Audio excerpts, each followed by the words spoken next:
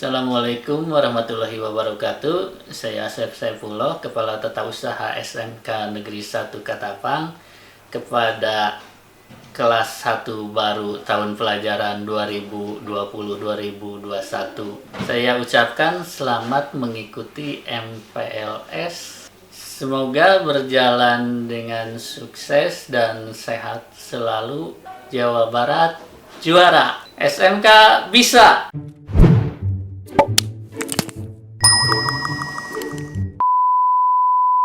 Assalamualaikum warahmatullahi wabarakatuh. Hai Sobat Tekad semua. Guys, ketemu lagi dengan saya Nina Amalia. Hari ini kita kedatangan tamu lagi dari Wakasek Sarana dan Prasarana, Bapak Sumarna SPD MM. Tapi sebelum saya berbicara langsung dengan beliau, jangan lupa untuk like and subscribe video di link berikut ini ya. Oke. Nah, kalian jangan lupa juga untuk selalu menulis risam dari setiap pembicara yang dihadirkan di podcast SMK 1 Katapang ini. Kita langsung saja berbicara dengan Pak Sumarna. Assalamualaikum Bapak, gimana kabarnya? Alhamdulillah sehat. Alhamdulillah sehat ya Pak ya. Nah nih Pak, sebagai Bapak Pembangunan SMKN 1 Katapang nih Pak, yang membawahi sarana dan prasarana, kira-kira sarana apa saja sih Pak yang sudah ada di SMKN 1 Katapang yang menunjang nih bagi para siswa-siswinya untuk belajar di SMKN 1 Katapang? Ya, terima kasih kepada Ibu Nina yang telah bertanya. Di mana pertanyaan ini sebetulnya adalah untuk bisa diketahui banyak oleh calon peserta didik kita yang baru. Ya. Karena kalau peserta didik kita yang lama, kelas 2, kelas 3 itu mereka sudah sangat tahu bagaimana situasi dan kondisi sarana prasarana yang ada di sekolah kita tercinta ini. Baiklah anak-anakku yang Bapak cintai, pertama Bapak mengucapkan selamat kepada kalian yang telah berhasil, berkompetensi, berkompetisi masuk ke SMK Negeri 1 Katapang ini. Seperti tadi sudah dijelaskan bahwa Bapak sebagai membantu kepala sekolah bidang sarana prasarana yang mengurus mengelola sarana prasarana yang menunjang pendidikan yang ada di sekolah kita. Perlu kalian pahami bahwa sarana prasarana yang ada di SMK Negeri 1 Katapang ini itu mengacu kepada standar pelayanan minimal SMK 1 Katapang, atau umumnya standar pelayanan sarana prasarana di SMK, SMA atau madrasah aliyah. Apa dasar hukumnya? Dasar hukum dari pengadaan, pengelolaan, pemeliharaan, perbaikan sarana prasarana yang ada itu berdasarkan Permendikbud nomor 40 tahun 2008. Itu satu. Di mana di dalam Permendikbud itu kita pilahkan untuk menunjang proses belajar mengajar. Yang pertama, ada yang disebut dengan ruang pembelajaran umum. Nah, ruang pembelajaran umum itu apa saja? Kan begitu. Nih adik-adik sekalian harus paham. Tolong nanti catat biar adik-adik ini tidak keliru. Ya, mana yang disebut ruang pembelajaran umum, ruang penunjang ataupun ruang pembelajaran khusus, yaitu praktek. Nah, kita kembali ke ruang pembelajaran umum yang disebut RPU. Yang pertama kelas. Kelas kita perlu adik-adik ketahui, ini ada 2 kategori kelas di kita di SMK 1 Katapang. Ada kelas teori untuk mata pelajaran normatif adaptif, itu terdiri dari 35 kelas. 35 kelas. Nanti kalau sudah berakhir pandemi ini kita bisa perlihatkan Berkeliling ya Pak berkeliling ya, di mana saja ruang 35 ruang itu, yang jelas dari mulai depan sampai ke belakang itu 35 ruang kelas kita. Perbandingan dengan jumlah rombel yang ada itu cukup, karena ada satu kategori lagi yang disebut ruang kelas produktif, ruang kelas mata pelajaran bengkel. Itu ada setiap bengkel. Contoh di otomotif kita mempunyai ruang kelas teori ada 4 kelas di situ. Kemudian di mesin perkakas ada satu ruang kelas ruangan, di TGM ada 2 ruang kelas, di tekstil ada sekitar 2 ruang kelas, kemudian di elektronika ada 4 ruang kelas. Nah, artinya kebutuhan ruang kelas untuk belajar secara teori itu terpenuhi di SMK Ketapang. Itu satu kelas yang disebut ruang pembelajaran umum. Yang kedua ada lab. Kalian harus paham lab apa saja yang ada di kita di SMK Ketapang. Satu, ada lab kimia. Nah, itu di bawah di lantai 1. Komplit dengan segala fasilitas yang ada. Begitu kepala labnya yang cukup memadai di situ. Kemudian di atasnya ada lab fisika. Cukup kompatibel di sana. Dekat masjid lokasinya. Kemudian ada lab bahasa di dekat ke sekitar perpustakaan. Di situ di tempatnya. Kemudian ada lab simdik. Nah, itu adalah kategori terhadap ruang pembelajaran umum di samping perpustakaan, termasuk umum ini. Karena semua jurusan, anak-anak jurusan bisa masuk ke sana. Jadi tidak terbatas ini jurusan otomotif, TKJ, RP atau multimedia. Semua siswa SMK Negeri Ketapang 9 kompetensi keahlian masuk ke perpustakaan. Itu yang pertama. Nah, itu yang bisa kita pakai untuk proses belajar mengajar. Kemudian yang kedua, ruang penunjang. Ruang penunjang kita lihat dari depan, ada ruang pimpinan, ruang para wakasek, ruang administrasi, ruang TU, ruang guru, ya. Ada kemudian masjid, sarana ibadah. Kemudian ada ruang BP, ruang kesiswaan, sanggar-sanggar eskul. Itu penunjang semua untuk kelancaran daripada proses belajar mengajar dan meningkatkan bakat minat sesuai dengan dulu pilihannya lewat prestasi gitu kan. Di situ kita kembangkan, kita siapkan. Di samping ruang-ruang tersebut sebagai penunjang ada juga penunjang yang tidak berbentuk ruang tapi berbentuk lapangan. Di depan lapangan upacara. Semua upacara di sana. Di belakang lapang 2 itu khusus olahraga. Siapkan futsal ada, basket ada, voli ada. Kita siap di sana. Termasuk lahan parkir di depan, ada satpam di depan, ada gerbang, ada satpam, ada ruang parkir, kita sudah siap. Nah, itu kondisi penunjang di SMK Negeri 1 Ketapang. Termasuk juga kalian kalau ingin buang air kecil, buang air besar, kita siapkan. Di setiap titik-titik ada yang disebut kamar mandi 1:30 buat laki-laki, buat perempuan 1:35 buat perempuan. Kita siapkan sesuai dengan jumlah siswa kita yang ada di sini 1847 siswa yang ada di sini. Maka kita bisa banding berapa perempuan berapa laki-laki, maka harus ada berapa kamar mandi laki-laki dan harus ada berapa kamar mandi perempuan. Itu yang penunjang. Kemudian yang ketiga adalah ruang praktek, bengkel. Ada 5 bengkel besar di sini. Ya, adik-adik perlu tahu ada 5 bengkel besar. 1, bengkel otomotif. Ada 1 kompetensi. Ingat nih ya, TKR itu hanyalah paket kompetensi. Programnya otomotif di depan, dekat kolam. Ya, itu tempatnya di sana. Pertama kalau ada waktu daftar ulang, nah itu otomotif. Kemudian agak masuk ke sini, ada bengkel mesin. Nah, di sekitar lapang 1 itu, ya, ada bengkel mesin. Di bengkel mesin ada 2 paket. Ada 2 paket. Yang pertama mesin perkakas. Ya, kedua teknik gambar mesin. Nah, itu 1 program. Teknik gambar mesin sama mesin perkakas itu 1 program yang namanya mesin. Ya. Jurusan mesin. Kemudian di depannya jurusan mesin ada teknik penyempurnaan tekstil yang 4 tahun sekolahnya di sini, setara dengan D1 kayaknya ya itu.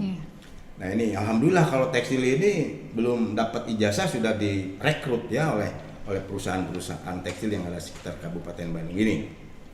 Kemudian kita lari ke belakang terus, ke belakang di lurusan jalur mesin ada bengkel elektro. Di bengkel elektro ada 2 paket di sana. 1, paket elektronika industri. Nah itu. Kemudian mekatronika yang program 4 tahun juga. Alhamdulillah ini banyak kreasi nih tahun-tahun ini, karena itu mekatronik ini dengan TGM itu relatif baru, bukaan baru. Itu. Kemudian yang belakang yang banyak sekali diminati, saya heran ini. Ya, tempatnya udah di pojok. Paling banyak ya Pak daftarnya paling juga. banyak. Mungkin karena banyak hantu ya. Hantu pemikatnya banyak. Karena di pojok itu ya Pak ya. Itu di pojok. Iya. Di pojok di tengah-tengahnya ada kolam itu. Nah, Tapi tempat mancingnya enak ya Pak. Itu paling pojok tapi paling banyak diminati. Jadi teknik komunikasi informatik ya itu. Ini ada 3 paket di sana. Yang pertama teknik komputer jaringan. Wah ini booming banget nih ya. Banyak sekali peminatnya. Hampir separuh kita menyisihkan itu karena kita nggak muat lagi, kursinya udah habis ini ya. Nah di situ fasilitas juga cukup lengkap. Guru-guru juga cukup siap ya. Kemudian ada rekayasa perangkat lunak. Ini di atas di lantai 2 ini gaya ini ya, RPL ini. Dia punya satu bengkel yang cukup besar. Kemudian ada 2 ruang kelas hampir sama dengan multimedia, di bawahnya itu persis multimedia. Nah, itu kelompok teknik komunikasi informatika. Nah, sekarang Bapak sedang ditayangkan ini juga kreasi daripada para guru, instruktur daripada multimedia. Nah itu secara sepintas gambaran sarana prasarana yang ada di SMKN 1 Katapang ini, yang tadi RPU, RP, RPK. Untuk apa? Untuk kalian semua. Dalam apa? Dalam proses belajar mengajar, samping untuk mengembangkan diri, kemampuan, bakat, minat, prestasi, keolahragaan atau seni. Nah, sementara itu yang bisa diselesaikan. Oke, jadi itu Pak ya, sarana dan prasarana yang mendukung bagi para siswa-siswi ini ya. Apalagi nih yang siswa-siswinya yang baru mengenal SMK 1 Katapang, yang baru hanya datang kemarin saja Pak ya, pas daftar ulang. Nah Pak, hubungannya dengan lahan parkir nih Pak. Kan ini siswanya lumayan Pak jumlahnya. 1847. Nah, kira-kira lahan parkirnya Pak muat nggak sih ini buat para siswanya atau para guru-gurunya juga nih? Iya, baik. Untuk lahan parkir, asumsi kalau 1847 bawa kendaraan plus guru dan personalnya 150 guru itu jelas nggak akan muat gitu ya. Mungkin satu mall itu jadi lahan parkir. Tetapi aturan di kesiswaan menyatakan bahwa siswa yang belum cukup umur, belum 17 ke atas dan belum memiliki SIM itu dilarang. Nah ini yang harus digarisbawahi ya Pak ya. Yang belum cukup umur nih, yang nggak boleh bawa kendaraan sendiri ya. Kecuali sepeda ya, galakan sepeda itu. Karena anak-anak bapak-bapak guru TK ini lagi booming sepeda ini ya. Lebih baik bawa sepeda saja gitu kan. Jadi untuk lahan parkir kita memfasilitasi bagi siswa kelas 3 yang sudah 17 ke atas dan sudah memiliki SIM, kita atur, kita siapkan lahan parkir untuk para guru pun sudah kita siapkan. Dan bagi kendaraan yang tidak muat, kita juga kerjasama dengan aparat setempat, dengan desa. Karena pas persis di depan gerbang sekolah kita ini ada lahan umum milik Desa Katapang, ada lapang olahraga di sana. Nah, biasanya kita kerjasama bisa masuk ke situ. Iya. Oke Pak, kalau tadi ya sudah kita bicara tentang lahan parkirnya. Nih kita masuk ke ranah adaptasi kebiasaan baru ya Pak ya. Untuk situasi pandemik sekarang kan hampir semua sekolah Pak, belum semuanya bisa memasukkan anak-anak siswanya masuk ke sekolah ya Pak. Nah, jika ini suatu hari nanti nih ada kebijakan dari pemerintah nih Pak, buat siswa-siswanya boleh untuk bersekolah kembali mungkin ya Pak ya. Kira-kira dari Bapak sebagai Wakasek Sarana sudahkah mendukung misalkan membuat sesuatu sebagai persiapan nih Pak menyambut para siswa-siswinya untuk datang ke sekolah lagi? Tentang sarana prasarana yang mengacu kepada protokol COVID kan gitu ya, protokol COVID. Baiklah. Ya, harapan kami guru-guru, mungkin orang tua dan termasuk kalian juga siswa-siswi ini, berapa bulan sih kalian tinggal di rumah ya dari SMP berapa bulan tahu-tahu lulus saja itu. Iya. Lulusan COVID kali ya. Ini Generasi COVID-19. generasi COVID. Kami pun terus di rumah sekian bulan, ya capek sebetulnya. Tidak kerja itu capek juga gitu. Lelah kan. ya, Pak? Lelah juga gitu Iya. kan, nggak ada aktivitas. Dan berharap lah mudah-mudahan pandemi ini segera berakhir. Allah Amin. mencabut itu semua dan kita bisa Berkumpul seperti sedia kembali. kala lagi, bisa bertatap muka, proses belajar mengajar tatap muka langsung di kelas. Itu harapan kami. Mudah-mudahan sesuai dengan apa itu namanya kalender pendidikan Menteri Pendidikan dan Mendikbud, Mendiknas ya, bahwa 13 Juli itu sebetulnya sudah proses KBM. Tahun ajaran baru tahun ya. ajaran buat semua insan pendidikan sudah masuk. Nah, untuk kalian yang siswa baru, calon peserta didik baru ini di SMK, SMA atau yang lainnya 13 Juli itu udah masuk MPLS. Ya udah masuk MPLS, masa pengenalan lingkungan sekolah. Idealnya ketemu langsung karena kondisinya tidak memungkinkan, makanya kita lewat tayangan ini ya untuk memberikan pemahaman, pengenalan lingkungan sekolah secara utuhnya kita atur. Nah, kalaulah nanti misalkan kondisi pandemi ini sudah landai ya, sudah dinyatakan kita hijau tapi informasi kuning lagi. Nah, ini juga kita akan mengikuti protokol daripada provinsi, dalam hal ini gubernur. Kalau kata gubernur siap, harus segera besok hari ya siap, kita harus siap. Kalau jangan dulu ya kita harus patuh juga. Ya misalkan Januari baru boleh karena itu dipandang aman, ya siapa mengikuti saja kebijakannya gitu ya. Kami sekolah SMK Negeri Sukatapang tidak akan membuat aturan sendiri, suka-suka sendiri karena berisiko. Ketika terjadi dampak yang terjadi akibat kegiatan kita mengumpulkan anak, ya kita bisa disalahkan. Nah itu, jadi kalian calon peserta didik baru SMK Negeri Sukatapang harus paham ya. Bukan kami tidak menginginkan kalian harus datang ke sini, enggak, gitu kan. Kalaupun nanti dibolehkan dengan persyaratan. Pertama, Mendikbud sudah membuat skenario kan 4 jam masa pendidikan. Jumlahnya juga 50% dari jumlah ini. Kalau satu kelas kita 36 maka ada 18 siswa di dalam kelas gitu kan. Nah, ini kita sudah siap, tim kurikulum, tim kesiswaan sudah menyiapkan itu kan. Skenario-skenario yang akan terjadi jikalau itu dibolehkan. Kalau tidak ya kita siapkan juga skenarionya. Misalkan di Januari ya udah siap juga karena wali kelas sudah siap. Jadwal KBM di tiap pelajaran normatif adaptif nih. Ini Anda kasih bingung ya, normatif adaptif apa gitu kan? Ini pelajaran umum. Kalau produktif pelajaran bengkel ya, pelajaran jurusannya itu beda nanti. Ada jadwal khusus lah, orang-orang bengkel yang membuat jadwal khusus bengkel, orang umum yang membuat jadwal umum nanti disatukan di kurikulum. Nah, tadi di pertanyaannya kalau seandainya kita diizinkan entah itu di bulan September gitu kan atau di bulan Agustus ini boleh masuk, apa yang mesti disiapkan dalam kondisi pandemi seperti ini. Nah, itu kan tidak serta-merta walaupun udah izin dengan serta-merta.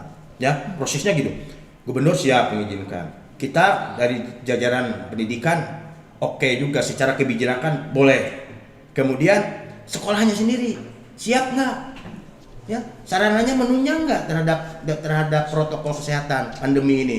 Nah, kalau kami di bidang sarana, ya pertama anak datang sudah siapkan tes suhu kan, sudah siap memadai. Itu pertama, gerbang pertama itu anak dicek lewat tim disiplin kesiswaan bermasker kan gitu, ya tertutup segala macam, dites masuk ke sini, cuci tangan. Nah ini yang baru-baru ini karena dampak COVID kita sudah menyiapkan hampir kurang lebih 18 titik bak cuci tangan yang permanen di setiap titik nih. Itu dalam rangka pandemi kalau PBM harus segera dilaksanakan. Itu sudah siap. Dari depan satpam sudah ada sampai ke tengah-tengah terus sampai ke belakang ini kita udah siapkan itu. Itu satu. Termasuk dengan segala perlengkapannya kan, ada sabun, ada sanitizer, kita semprotkan dulu disinfektannya, itu sudah kita siapkan. Nah, untuk mencegah pandemi, protokol kita siapkan segalanya dalam rangka itu untuk sarana prasarananya. Dan mungkin kelas nih, Pak 50% Pak kelas ada siswanya. Ini sudah kita atur. Ya, kelas 1 nanti jam berapa masuknya, yang kelompok 1 yang setengahnya lagi di bengkel atau setengahnya lagi, ini sudah siap semuanya. Dan memadai, kelas kita memadai cukup itu. Oke. Ya Pak, itu ya untuk jangka panjang kalau misalkan diperbolehkan ya kebijakannya untuk masuk kembali. Nih ada jangka pendeknya nih Pak, ada wacana kalau misalkan nanti pas sesi terakhir MPLS itu siswa dikenalkan langsung datang ke bengkel. Berarti sudah siap ya Pak ya sebenarnya? Sudah siap, Sudah siap ya Pak dengan protokoler COVID-19 ya Pak ya? Siap gitu siap ya. Sudah sangat siap sekali ya. Jadi kan saya dengar planning daripada kesiswaan yang mau mengunggulkan itu sudah dipilah-pilih gitu kan, dibagi persentasenya 50% seperti itu. Kita punya ruangan yang besar, jadi ruang serbaguna di atas itu bisa, di ruang bengkel siap, otomotif bisa digunakan, satu kelas di otomotif untuk pengenalan bisa, di ruang serbaguna oke. Di ruang elektro bisa dibuka, kemudian ruang 8, 9, 10, ruang 29, 30, 31 itu juga bisa dibuka. Itu sudah oke semua lah, sudah siap ya, secara Pak. sarana. Ya, Pak Marna mungkin untuk pengenalan sarana dan prasarana di SMK 1 Katapang ini mungkin cukup ya Pak ya. Ya. Jadi sudah secara detail ya Pak, dari mulai dari depan ruangan sampai apa aja nih yang bisa digunakan oleh siswa-siswanya diperkenalkan oleh Bapak sebagai Wakasek Sarana Prasarana. Mungkin sobat nekat semua, itu dia pemaparan tentang sarana prasarana yang nanti bisa kalian gunakan di SMK 1 Katapang. Nah, jangan lupa nanti kalau misalkan kalian sudah selesai membuat resumenya ya, untuk dikirim semua resumenya ke link berikut ini ya. Jadi tiap kali kalian sudah bikin resumenya, linknya harus kalian nanti klik ya, dan langsung kirim ke link tersebut. Dan jangan lupa juga untuk selalu mendownload file-file yang dikasih oleh wali kelasnya, karena nanti file-filenya itu dikumpulkan. Kemudian nanti kalian juga pas terakhir MPLS akan bertemu langsung dengan semua para pembicara yang di sini ya. Dan semua tugas-tugasnya juga dikumpulkan di hari terakhir. Oke, selamat siang. Assalamualaikum warahmatullahi wabarakatuh. Terima kasih Pak Sumarna Sama-sama, terima kedatangannya. kasih. Ya. Ya.